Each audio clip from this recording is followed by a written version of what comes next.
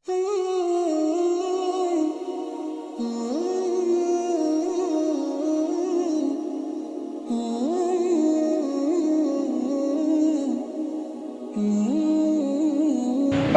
لله رب العالمين. الحمد لله الذي أنزل علينا أفضل الكتب وأرسل إلينا أفضل الرسل وجعلنا خير أمة أخرجت للناس.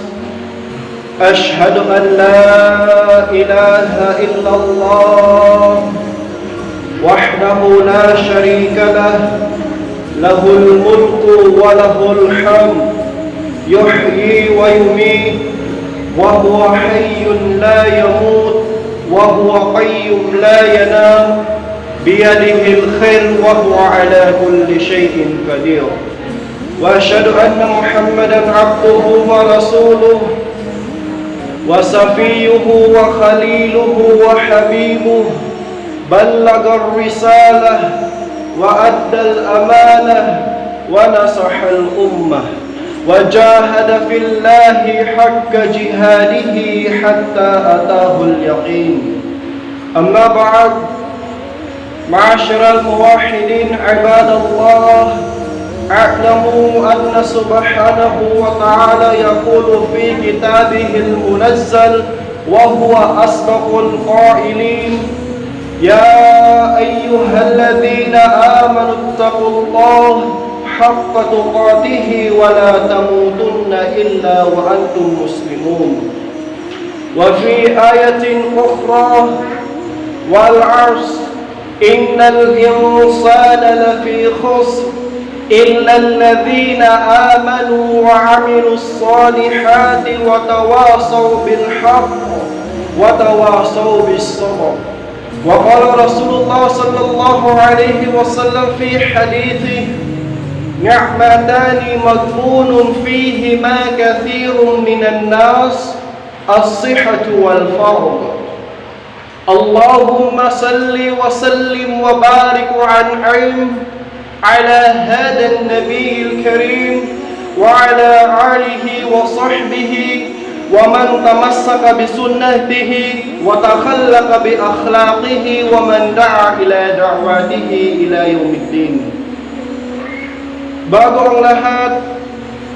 ang lahat ng papuri, ang lahat ng pasasalamat ay kay Allah lamang, ang nagbigay sa atin ng Quran, ang pinakamainam na aklat, at nagsugo sa ating mahal na Propeta Muhammad sallallahu alaihi wasallam, ang pinakamainam na propeta na isinugo ni Allah, at ginawa tayo ni Allah subhanahu wa ta'ala khayra ummah, pinakamainam na henerasyon na lumabas sa mga tao. Hindi lamang yung ummat al-Islam, kinumpleto pa sa atin ang ating relihiyong Islam. Sabi ni Allah Ta'ala: Al-yawma akmaltu lakum dinakum. Ngayong araw, sa huling habilin, sa huling hajj ng ating mahal Propeta Muhammad sallallahu alaihi wasallam, sinabi ni Allah Ta'ala, ngayong araw, kinumpleto ko na sa inyo ang inyong relihiyon. Waraditu lakumul Islam dinan, at pinili ko ang Islam bilang inyong relihiyon. Bimanang ummat al-Islam, ang ating relihiyong Islam, kinumpleto ni Allah subhanahu wa ta'ala, at mismo si Allah subhanahu wa ta'ala ang nagbigay ng pangalan Islam, ang pangalan ummat al-Islam. Mga minamahal kong kapatid sa Islam, tayo sumasaksi na walang ibang Diyos na dapat sambahin maliban si Allah. Siya'y nag-iisa at walang katulad. At katotohanan, ang ating mahal na Propeta Muhammad sallallahu alaihi wasallam ay sugo at alipin ni Allah. Ummat al-Islam, ummat Muhammadiyah. Si Allah subhanahu wa ta'ala, kung bibilangin ng isang tao ang biyaya ni Allah, ay sadyang napakarami. Kung bibilangin ng isang tao ang mga ibinigay ni Allah, hindi ito kaya bilangin ng sino man. Sabi ni Allah subhanahu wa ta'ala: wa in ta'uddu ni'matallahi la tuhsuha. At kapag inyong bibilangin ang mga biyaya ni Allah Ta'ala, walang pagdududa, hindi ninyo mabibilang.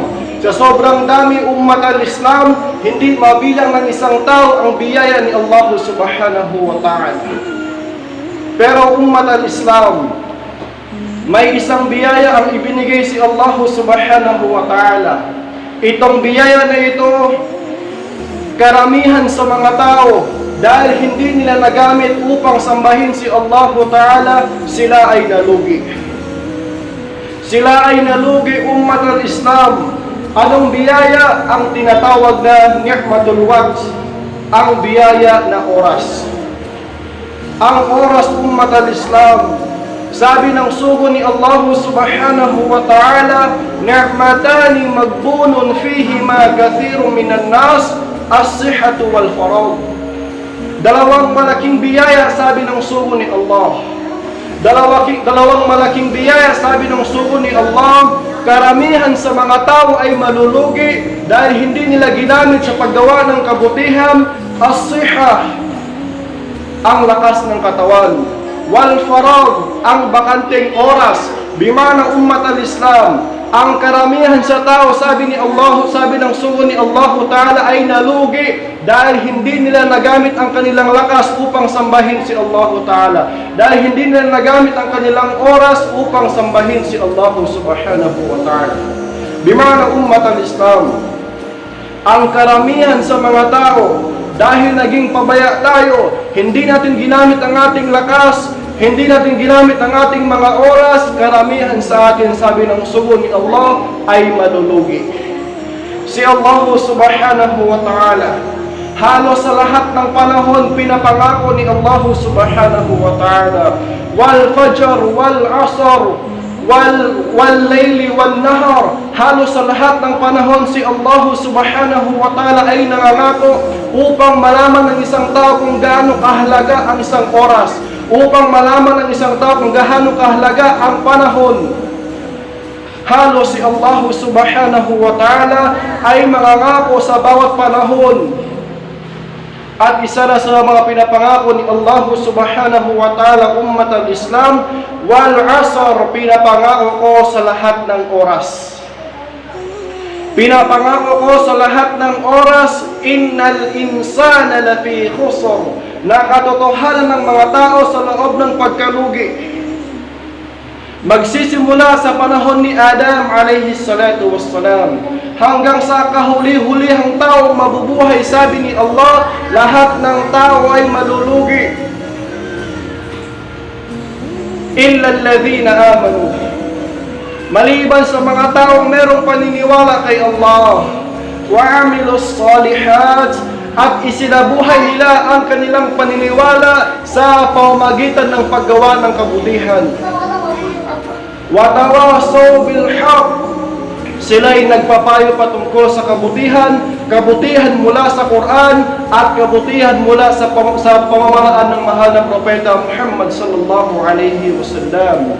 Dahil ang buhay ay puno ng pagsubok, wa tawasaw bis sabr, at sila'y nagpapayuhan patungkol sa pagtitiis. Itong ayat na ito, ummat al-Islam, ay sobrang napakaiksi. Pero ummat al-Islam, kapag itong ayat na ito isinabuhay ng isang tao, sabi ni Imam Shafi'i rahimahullahu ta'ala, law ma anzalallahu hujjatan ala khalqihi, kahit si Allah Ta'ala hindi na nagpadala ng Quran, kahit hindi na nagpadala si Allah Ta'ala ng buong Quran, illa hadhihi surah, maliban sa surah na ito, suratul Asr, lakafathum, ito ay sakto na, ito ay kompleto na sa mga tao. Ganon kahalaga ummat al-Islam. Itong surah na ito, halos ang ibang mga kabataan ay memorize sa sobrang iksi, ummat al-Islam. Pero ang kanyang katuruan na mabibigay sa atin, ito ay pwede na kahit hindi na napadala ang Quran, sabi ni Imam Shafi'i rahimahullahu ta'ala. Ang ating mahal na propeta Muhammad sallallahu alaihi wasallam, para ang isang tao hindi mabibilang sa mga taong malulugi. Parang mga tao hindi magsisisi kapag sila'y inabutan na ng kamatayan. Parang isang tao hindi na magsisisi kapag sila'y ipinasok na doon sa kanilang libingan. Parang isang tao hindi na magsisisi sa kabilang buhay. Ang ating mahal na propeta Muhammad sallallahu alaihi wasallam ay nagbigay sa atin ng payo. Ano ang kanyang payo, ummat al-Islam? Igtanim khamsan qabla khams. Gamitin ninyo ang 5 bagay bago pa man dumating ang 5 bagay.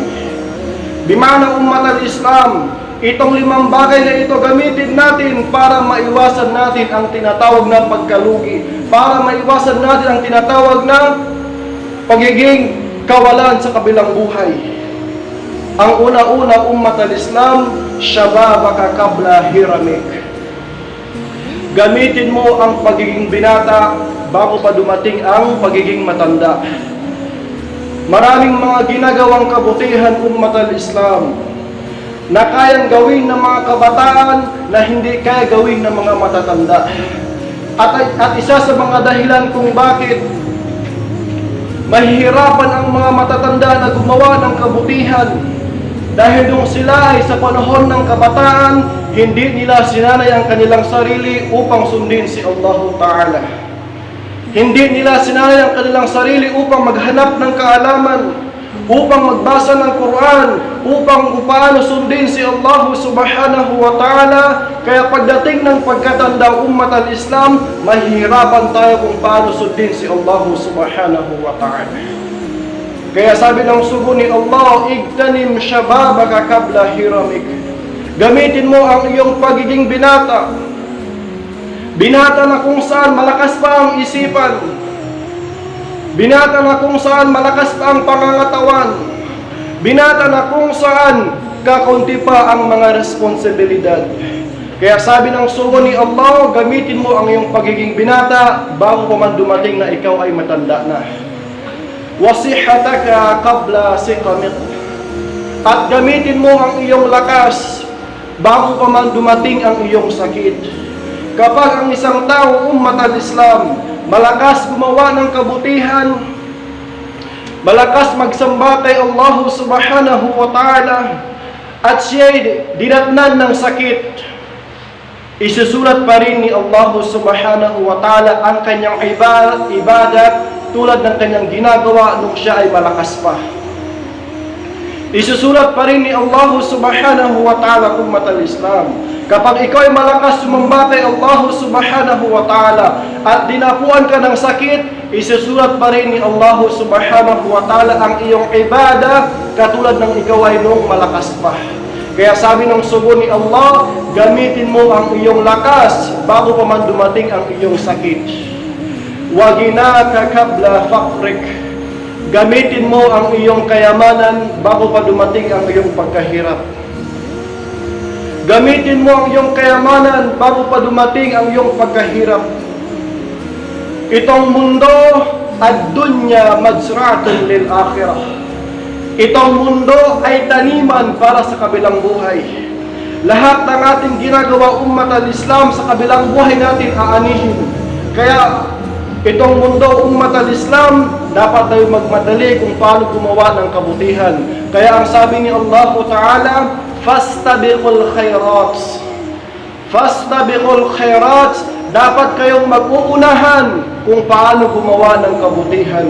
Wasari'u ila magfiratin min rabbikum. At kayo ay magmadali doon sa kapatawaran ng inyong Panginoon. Kaya sabi ng sugo ni Allah, itong mundo ay taniman para sa kabilang buhay. Wa faragaka qabla shukrik. At gamitin mo ang iyong oras bago pa dumating ang iyong pagkabisi. Gamitin mo ang iyong oras bago pa dumating ang iyong pagkabisi. Dahil ang oras ummat al-Islam, ito ay malaking biyaya kay Allah Subhanahu wa Ta'ala. Kapag dumating na ang panahon na ubos na ang ating oras, hindi na ipapaliban ni Allah Subhanahu wa Ta'ala ang kamatayan. Kaya ang sabi ng sugo ni Allah, gamitin mo ang iyong oras bago pa dumating ang iyong pagkabisi. At ang panghuli ummat al-Islam, payo ng ating mahal na propeta Muhammad sallallahu alaihi wasallam, igtanim hayataka qabla mautik.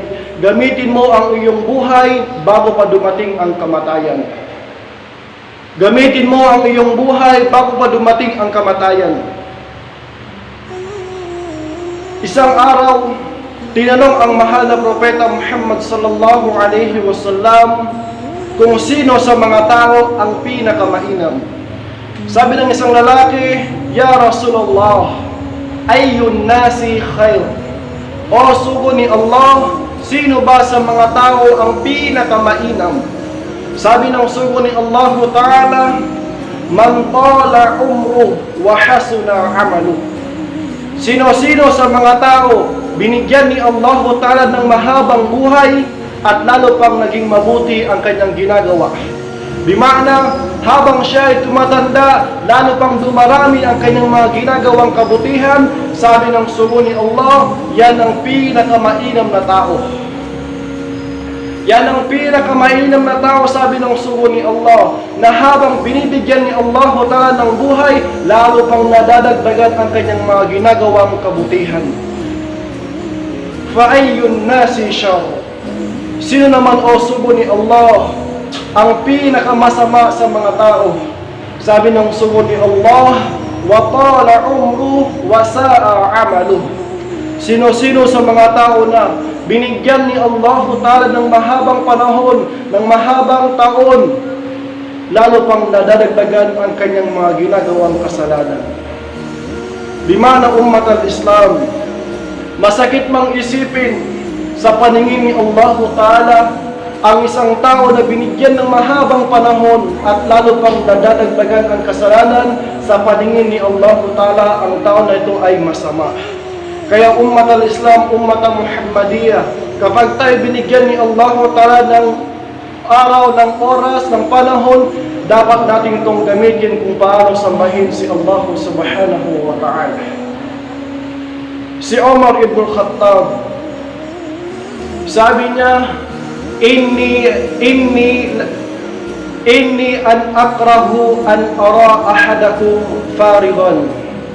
Katotohanan, sabi ni Umar, ako ay naiinis na makita ko ang isa sa inyo na walang ginagawa.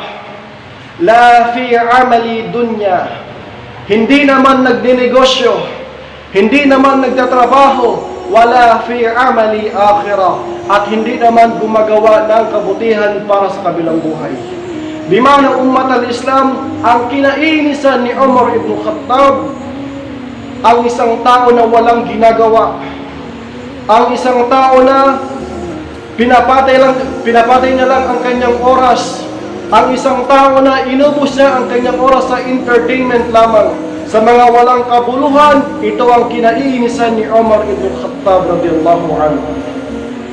Si Ibn Mas'ud, wala sang ibang pinagsisihan.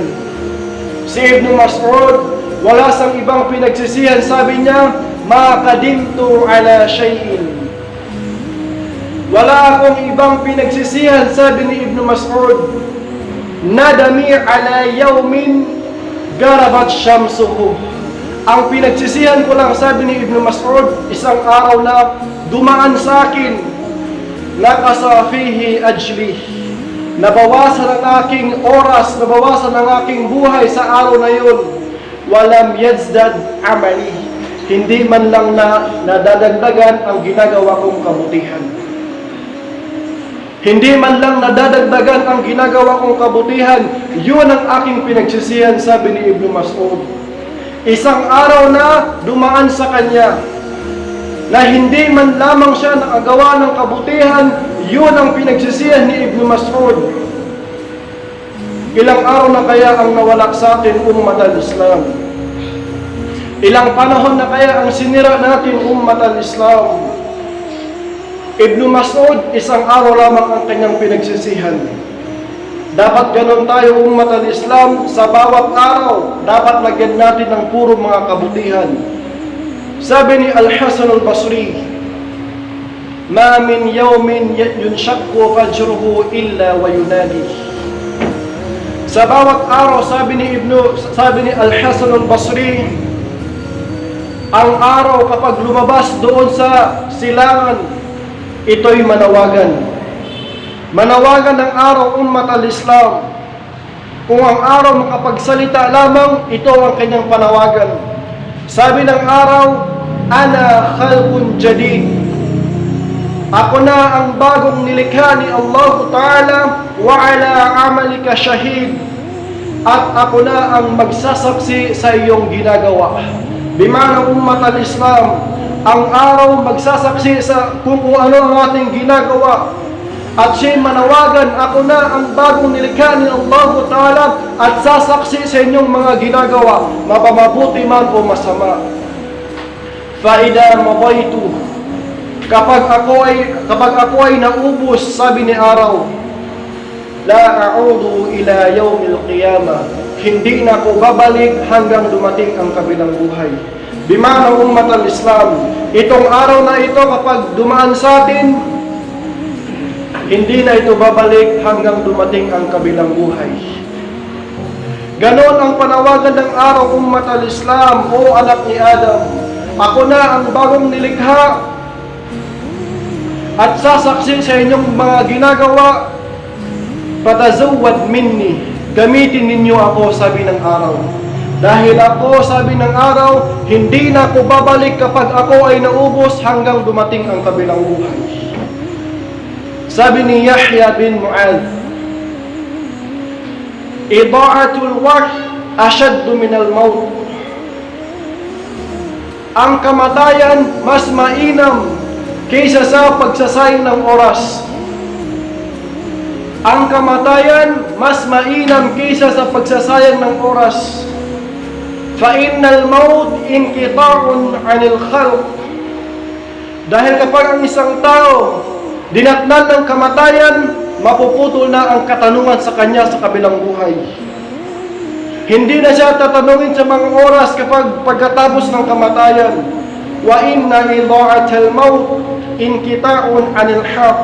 Pero ang isang tao na nabubuhay at sinasayang lamang niya ang kanyang oras, patuloy pa rin ang katanungan sa mga biyaya ni Allah. Patuloy pa rin ang mga katanungan sa mga biyaya ni Allah dahil ang oras ummat al-Islam isa sa mga biyaya. Sabi ng sugo ni Allah, la tazulu qadama 'abdin yawm al-qiyamah hatta yus'ala an arba'. Hindi makakaalis ang paa ng isang alipin sa kabilang buhay hanggat hindi matatanong sa kanya ang apat na katanungan. Bimana ummat al-Islam, itong apat na ito ang itatanong sa atin sa kabilang buhay. Ang unang-unang katanungan ummat al-Islam, an umrihi fima afnah. Saan natin ginamit ang ating buhay? Saan natin ginamit ang ating panahon? Saan natin inubos ang ating buhay? Sabi ng sugo ni Allah, yan ang unang katanungan sa kabilang buhay. Ano na kaya ang masasagot natin ummat al-Islam? Itong panahon ay malaking biyaya, dapat natin gamitin kung paano sambahin si Allah subhanahu wa ta'ala. Aqulu qawli hadha wa astaghfirullah li wa lakum wa li sa'iril muslimin min kulli dhanbin fastaghfiruhu innahu huwal ghafurur rahim.